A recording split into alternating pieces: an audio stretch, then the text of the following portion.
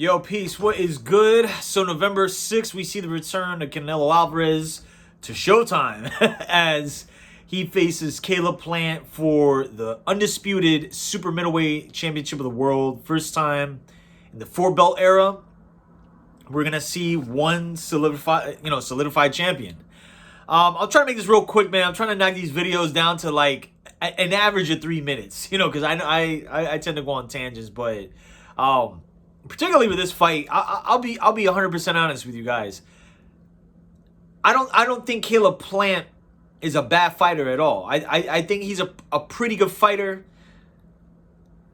But like what we see with other fights, man, there's just levels to this. And I think the fact that he holds that last IBF strap for Canelo to grab, I think this clearly why this fight's being made, because when you pick out of a hat, or let me rephrase. When you ask 10 people, fight fans or whatever, who you'd like to see Canelo in the ring with, right now, if given the choice, and Caleb Plant is not a guy that comes to the forefront as it concerns being that one guy that people are dying to see Canelo in the ring with.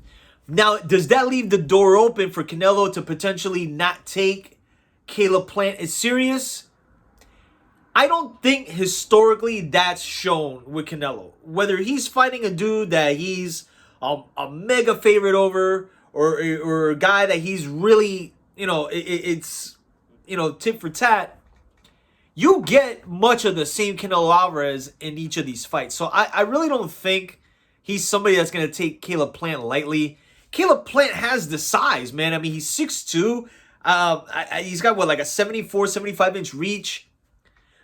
The thing about this, and I've seen Caleb Plant fight numerous times, you have to be at this stage of the game to beat Canelo Alvarez. This version of Canelo Alvarez, we see what gives him trouble, but I think people have to realize he has adapted a bit and has gotten a bit acclimated to his experience.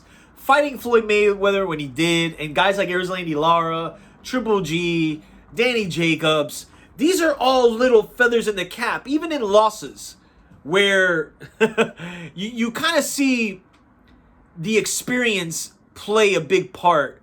And I think that's what you're going to see against Caleb Plant. Like, I think Caleb Plant, for whatever it's worth, will make somewhat of a good account of himself. I think early on he'll make things a little difficult for Canelo. But what I've been telling people for quite some time, Caleb Plant has not fought anybody nearly as skilled and or nearly with anybody as much power as Canelo has, even at super middleweight. So this is one of these fights, man, that I think a lot of it is already on paper for us. Canelo's a minus 1,000. He's a plus 1,000 in this fight. I'm sorry, a minus 1,000 and Plant's like a plus 625. Not that odds are the end all be all, but a lot of times, man, the writing's kind of on the wall. And I feel what's gonna happen in this fight, based on the way I feel it's gonna look, I think Canelo in some fashion is gonna get criticism for fighting Caleb Plant, and not like what some people still think a Jamal Charlo would be a harder fight. Or what I think the consensus right now by a lot of the pundits is David Benavidez. He's undefeated. He never really lost the title. He lost it on the scales, which, again, that's his fault. But I think Caleb Plant, what I made mention of in a previous video, is like, I think he's a formality. Like, this is the last fight for Canelo to be in to grab that last belt. And I think that's what we're going to see here, man.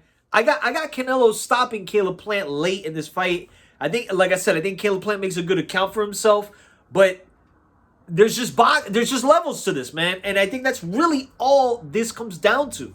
I got Canelo in a late stoppage. I think the body shots are going to take a toll on Caleb Plant. I just don't think he's consistent enough. He's known to move around and be slick. People have to be it's like using the term great. We really have to, like, be mindful of when we call dudes slick fighters. Okay? Like, a little shoulder roll here and there don't make you a slick fighter, man. So, and that's no shot to Caleb Plant, man. I think I love his story. And coming from, losing your kid, being a father, man, like that's something I wouldn't wish on my worst enemy. But from a boxing standpoint, I think he would have been better served had he fought somebody like a Benavidez, where at least for me, there'd be a better gauge. Because listen, I have my opinions of David Benavidez too, but again, I would have much rather have seen Caleb Plant take that fight for me to give him a better chance against Canelo. Because I just think his competition has been like kind of here, and now he's just... And like I said, someone argued that of David Benavidez, man. But that's just how I see it, Don't take my word for it, but, people were chewing me out for my prediction of Wilder Fury. And, not to toot my own horn, but if you go back to the video... Any case, man, I like Canelo in this fight by a late stoppage, like anything between 8 and 10 rounds.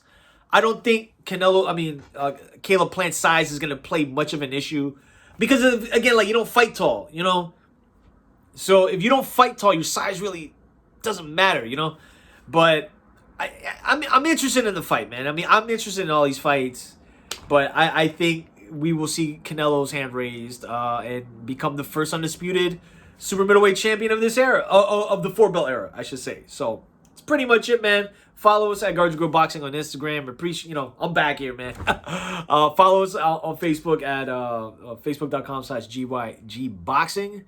And that's pretty much it. Let me know in the comment section who you got winning this fight. So until next time, I'm out. Peace.